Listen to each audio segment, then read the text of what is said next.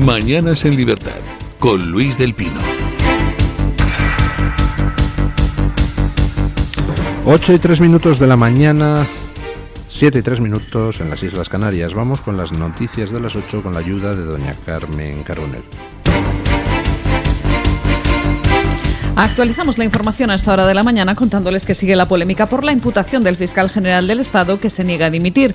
Pues bien, la Asociación Profesional e Independiente de Fiscales, APIF, ha anunciado que llevará la imputación a la Sala del Supremo que estudia el nombramiento de García Ortiz. La decisión se toma después de que Álvaro García Ortiz se reuniera ayer con el Consejo Fiscal, que es un órgano consultivo en el que están representadas las 3 asociaciones de la carrera. Las 2 asociaciones llamadas conservadoras le pidieron que dimitiera, mientras que la progresista respaldó su decisión de permanecer en el cargo. Por su parte, el presidente del Gobierno, Pedro Sánchez, defendió ayer a García Ortiz y, sin embargo, pidió la dimisión de Isabel Díaz Ayuso, de quien dijo que podría haberse beneficiado del supuesto enriquecimiento de su pareja. Recordemos que Álvaro García Ortiz es el primer fiscal general de la historia de la democracia española investigado formalmente por la justicia. Bueno, pues me parece muy inteligente el movimiento de la Asociación Profesional e Independiente de Fiscales, que es la mayoritaria en el sector. Va a llevar el escrito del Tribunal Supremo imputando a García Ortiz, se lo va a llevar a la otra sala del Supremo, donde hay una causa abierta porque está impugnado el nombramiento de García Ortiz.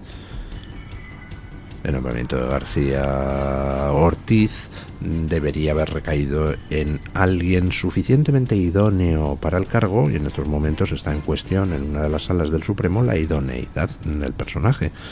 Por tanto, pues oiga, ya que el Supremo acaba de decir que ese personaje sobre cuya idoneidad para ocupar el cargo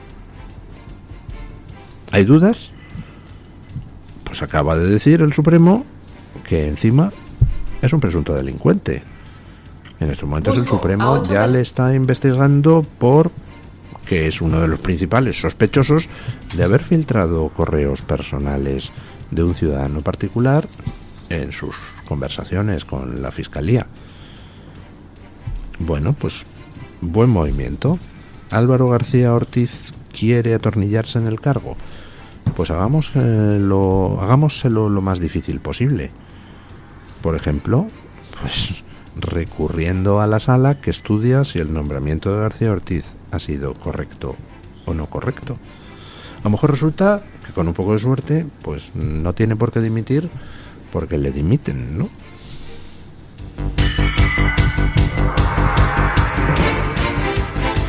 Continuamos tirando de la madeja de la corrupción del caso Koldo, donde prosiguen las investigaciones de la UCO. El que fuera ministro de Transportes en la pandemia, José Luis Ábalos, vuelve a señalar al ministro del Interior, Fernando Grande Marlaska, como instigador de un posible espionaje tanto a él como a su familia. Coincidiendo con esa instrucción judicial, Ábalos, que sigue siendo diputado en el Grupo Mixto, ha registrado en el Congreso una batería de preguntas a fin de insistir en si han detectado accesos a sus datos. Ábalos, que fue miembro del gobierno de Pedro Sánchez hasta julio de 2020, ya denunció la publicación reiterada de informaciones que incluían detalles de ámbito personal como desplazamientos, alojamientos o relaciones personales. A través de estas preguntas parlamentarias, el gobierno debe responder en un plazo de 20 días hábiles, que puede ser ampliado a otros 20 días más a petición motivada por el gobierno. Los humanos tenemos una mente limitada. O sea, la realidad es tan inmensamente compleja que es imposible abarcarla. O sea, haría falta ser Dios para poder abarcar la realidad de un vistazo. Con lo cual, pues lo que hacemos es seleccionar datos, filtrar datos, clasificar datos, establecer categorías, y tendemos a simplificar a veces las cosas demasiado en un intento de poder aprehenderlas, de poder captarlas. Y cometemos errores por eso. Sobresimplificamos. Y tendemos a hacer razonamientos que son falsos. Por ejemplo, el PSOE, no sé qué, bum, bum. Estados Unidos, bum. Europa, bum. Todo eso son formas de hablar. Tratamos de crear colectivos que nos ayuden a interpretar la realidad. Pero la realidad siempre es mucho más compleja porque nunca los colectivos son perfectamente homogéneos.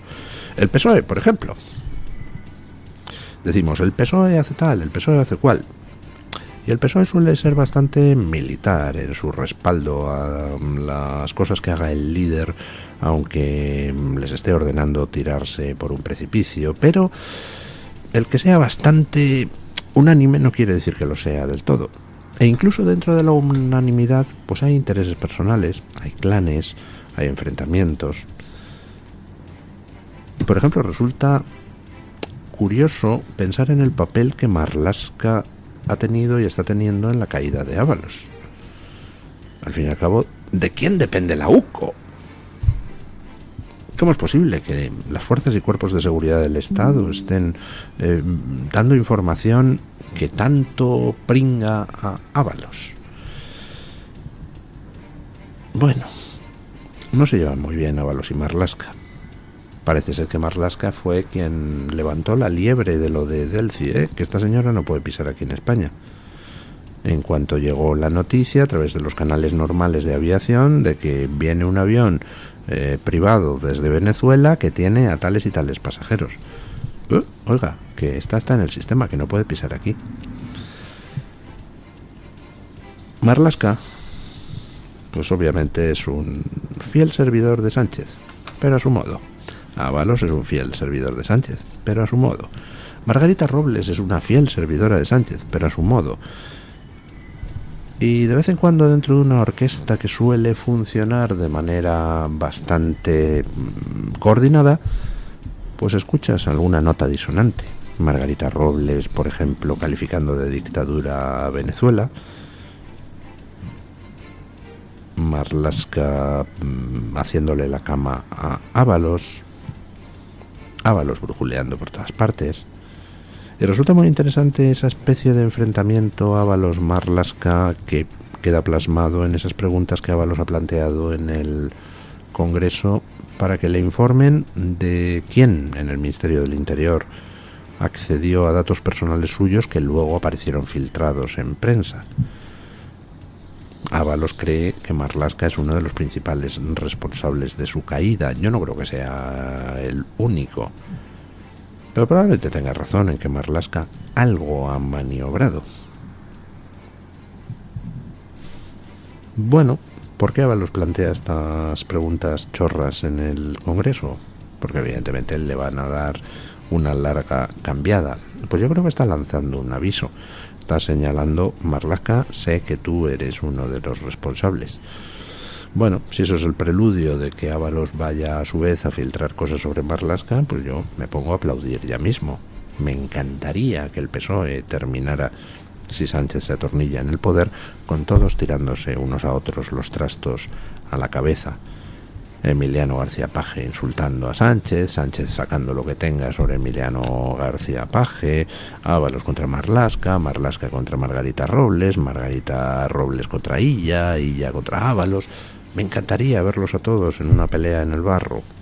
Y cuanto más se aticen, más me reiría, porque anda que no habéis hecho daño a España, queridos, Todos en comandita, cada uno con su nota disonante, pero al final resulta que todo sonaba en un sentido muy concreto, que es una marcha funeral por España. Hay una canción muy bonita de King Crimson, ya sé, soy un boomer, me gustan los grupos de hace mucho tiempo. King Crimson tiene una canción que se llama Indisciplina, donde tú te pones a escuchar la canción y de entrada dices, pero ¿qué demonios es esto? Porque cada uno de los instrumentos parece ir a su bola completamente. Y sin embargo, a medida que la escuchas, te das cuenta de cómo dentro de todas esas disonancias y de esos ritmos que cada uno lleva como quiere, al final queda un conjunto armonioso. Es curiosísima esa canción. Bueno, pues el PSOE ha sido un conjunto armonioso que interpretaba una marcha fúnebre por España. Pero bueno, resulta gracioso ver estos enfrentamientos entre los instrumentos, a ver si se terminan partiendo los violines en la cabeza unos a otros. Y mientras tanto, pues bueno, el mundo está cambiando mucho. Antes les he comentado lo de las noticias que llegan de Estados Unidos, donde ya Trump aventaja a Harris en todos los estados clave. han visto ustedes los resultados de las últimas citas electorales en Europa, como están ascendiendo nuevas fuerzas que dicen que nos hemos pasado tres pueblos y que ya es hora de parar los pies a los que quieren instaurar una dictadura global y es hora de recuperar la soberanía de los parlamentos nacionales. Y ayer hubo reunión de uno de esos grupos que trata de que se produzca un cambio de rumbo, un cambio de dirección, un cambio hacia el crecimiento, hacia la libertad, hacia acabar con todas las opresiones en Europa. Es el grupo de Patriots. Les hablamos ahora de la cumbre en Bruselas del Grupo Parlamentario Patriot. Se trata de la primera reunión del grupo antes de una reunión del Consejo Europeo para trazar las líneas comunes de acción. A este primer encuentro han asistido el primer ministro húngaro Viktor Orbán, la francesa Marine Le Pen de Agrupación Nacional, Geert Wilders del Partido por la Libertad de Holanda o el italiano Matteo Salvini, entre otros dirigentes como Santiago Abascal por parte de Vox. Entre los temas que se han tocado está la inmigración y el control de fronteras, la creciente preocupación por la guerra en Oriente Medio y la importancia de la cuestión venezolana, con el reconocimiento de Edmundo González como presidente electo. Bueno, pues después de muchísimos años donde la internacional progre ha estado fastidiándonos la vida a todos los ciudadanos, pues ya por fin pues ha empezado a haber internacionales no progres. Por cierto, extraordinaria la labor internacional que está haciendo Vox tanto en Iberoamérica como en Europa, en ese tejer relaciones entre fuerzas que al final pues cada una son de un país, pero que todas tienen un interés común, que es devolver libertades a los ciudadanos, recuperando soberanía para los parlamentos nacionales. Ayer Santiago Abascal, ante el grupo de Patriots en Europa, pues les habló del gobierno de Sánchez, les habló de cómo tenemos un gobierno corrupto, destructivo, como pocos. Y esa labor internacional, esa labor de internacionalización de lo que es de verdad Sánchez es fundamental. Por cierto, antes de la reunión del grupo de Patriots, Abascal tuvo una larga reunión con Meloni, con quien tiene, pues, además de todo, además de una coincidencia ideológica prácticamente total, pues tiene una extraordinaria amistad. Recordemos que Abascal es quien ha escrito el prólogo para las memorias de Giorgia Meloni publicadas en español. Lo digo simplemente porque como hay medios que se les hacen los dedos huéspedes pensando en distancias entre Abascal y Meloni, olvídense, no existen tales distancias. Y bueno, algún comentario más sobre la noticia de ayer, la buena noticia de ayer que nos llegaba desde Oriente Medio. Israel confirma la muerte del líder de Hamás, Yahya Sinwar, el principal responsable del ataque del 7 de octubre contra Israel. El primer ministro israelí Benjamín Netanyahu afirmó que la muerte de Sinwar ofrece una oportunidad para desmantelar el eje del mar liderado por Irán en la región y también podría facilitar la liberación de los 101 rehenes que aún permanecen en manos de Hamás. Yahya Sinwar era el objetivo más buscado por las fuerzas israelíes en su ofensiva en la Franja de Gaza por ser considerado el responsable de los atentados que causaron la muerte de 1.200 israelíes y el secuestro de más de 200 personas. Sinwar, quien fuera el fundador del brazo armado de Hamás, asumió el liderazgo de la organización en el mes de agosto, tras el asesinato de Ismail Haniyeh, su predecesor, que fue abatido el 31 de julio por las IDF. Sinwar se había caracterizado por ser uno de los principales líderes del ala más radical de Hamás, además de estar al mando del territorio de la Franja de Gaza. Bueno, ¿qué consecuencias va a tener esta brillante operación de Israel? Bueno, no, a ver, un momento, brillante operación, no, era una operación rutinaria de ataque a un edificio donde se escondían 3 terroristas y después de ejecutada la operación se han encontrado con que uno de los 3 terroristas era Sinwar. No me consta que fuera una operación específicamente dirigida contra él, así que he utilizado un término incorrecto. Brillante operación sería, si se ejecuta bien, algo que has planificado. En este caso ha sido más una cosa casual que una cosa planificada, salvo que alguien me corrija.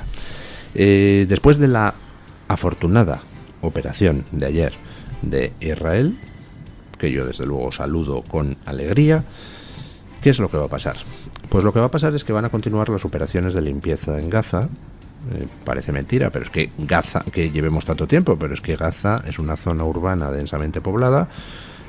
Israel pues no quiere arrasar esa zona hasta los cimientos, sin importar quién vive ahí. Israel trata de hacer las cosas minimizando las bajas a los civiles, por mucho que los canallas de Hamás traten de dar la sensación contraria y por mucho que los canallas de los medios de comunicación occidentales compren la propaganda de Hamás. Y bueno, pues la cosa va lenta, porque cuando no te sale un grupo terrorista en un edificio, te aparece un nuevo túnel en no sé dónde, y está poco a poco limpiándose la franja de Gaza. Ayer lo decía Netanyahu, la muerte de Sinwar, el jefe de Hamás, aparte de significar una satisfacción para las víctimas y para todos los israelíes, pues significa un jarro de agua fría para los que aún tuvieran esperanza dentro de Gaza de poder resistir a Israel. Ya está eliminada toda la cúpula de Hamás, el que quedaba era Sinwar y ayer cayó. Con lo cual Netanyahu le lanzó a la población de Gaza un mensaje: no os empeñéis en una lucha inútil. Y sobre todo, lo más importante en estos momentos para Israel, si tenéis algún dato del paradero de alguno de los 101 rehenes que todavía quedan en manos de Hamás, si es que alguno sigue vivo, pues dad el dato ahora. O sea, no esperéis más tiempo.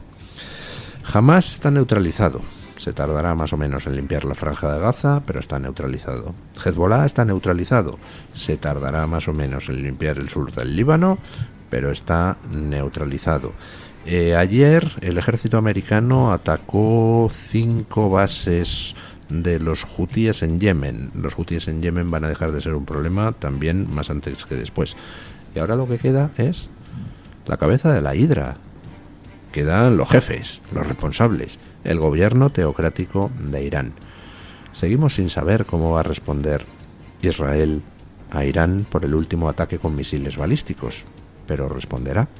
Ya dijo Israel que, con tranquilidad, que Israel siempre responde cuando lo considera oportuno, cuando considera que es el momento perfecto y que no va a precipitar ninguna operación.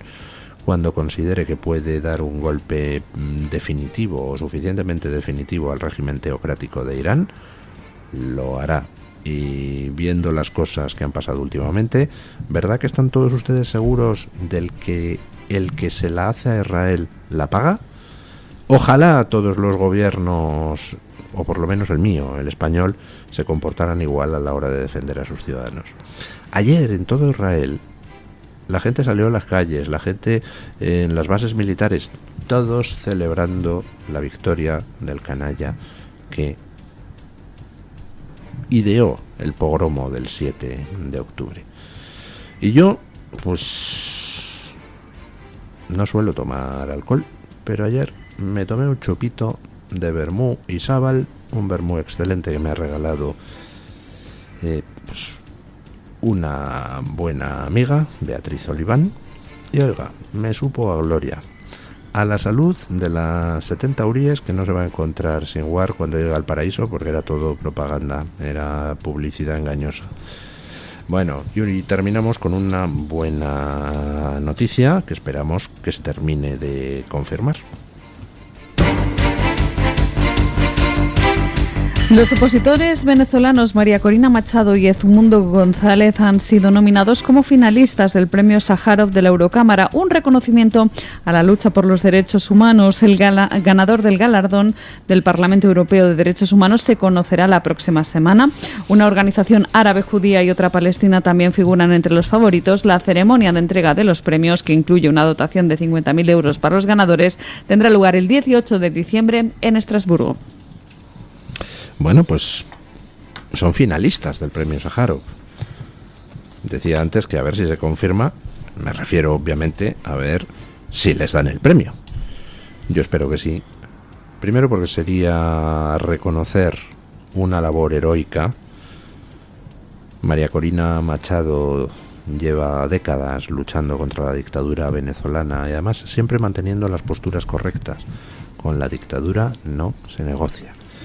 Y Edmundo González, pues es un señor ya enormemente mayor que se ha puesto en riesgo personal y ha puesto en riesgo personal a su familia por colaborar en vista de que el régimen de Maduro, incumpliendo todo lo firmado, incluso en los acuerdos de Barbados, había prohibido a María Corina Machado presentarse a las elecciones. Creo que ambos merecen un reconocimiento. Pero además hay un segundo motivo por el cual deseo que al final se les conceda el premio Sájarov, que es que lanzaría otro mensaje demoledor contra la dictadura venezolana. Edmundo González ha hecho un llamamiento a que los países redoblen la presión sobre Maduro. Yo, viendo del palo que van algunos países, pues la verdad me desespero a veces de que no tenga más fuerza esa presión internacional. Ahora bien, a partir del 5 de noviembre van a cambiar muchas cosas, si es que no recurren a alguna cosa especial para evitar que Trump gane las elecciones americanas. Vamos con don Santiago Hospital para que nos cuente qué trae hoy Voz Media en portada. Buenos días, don Santiago. Muy buen viernes, don Luis, para usted, para el equipo y por supuesto para todos los oyentes. En Voz, os contamos hoy con detalles cómo fue la muerte del líder de Hamas, Yahya Sinwar. Israel confirmó ayer que había eliminado al arquitecto del 7 de octubre. Pero, ¿quién era Sinwar? ¿Por qué se lo conocía como el carnicero de Han Yunis? ¿Por qué fue liberado de una prisión israelí en 2011 tras 22 años de encierro? Todo esto y mucho más os contamos hoy en un interesantísimo perfil de mi compañero Leandro Fleischer, que os invito a leer. Y vamos a Estados Unidos, donde hoy os contamos que SpaceX, la empresa espacial de Elon Musk, demandó a reguladores de California por parcialidad política. Los miembros de la Comisión Costera de California negaron permisos de despegue a la empresa teniendo en cuenta las posturas políticas de Musk, quien se encuentra haciendo campaña por Donald Trump. Sin embargo, el hombre más rico del mundo no se amedrenta y se encuentra dando una gira por Pensilvania para convencer a votantes indecisos de que opten por el republicano. Y por último, recomendó leer también nuestro artículo sobre el último avance del caso de los Menéndez. Familiares de Lael y Eric Menéndez, encarcelados por parricidio hace más de 30 años, pidieron su liberación. Los hermanos cumplen cadena perpetua sin libertad condicional, pero a principios de mes la Fiscalía de Los Ángeles dijo que estaba revisando la sentencia y que incluso podrían ser puestos en libertad. Todas las novedades del caso de los Menéndez y mucho, mucho más en nuestra web y nuestras redes sociales. Desde Voz os deseamos un muy feliz viernes y también un muy feliz fin de semana. Gracias, feliz fin de semana también para ustedes, don Santiago.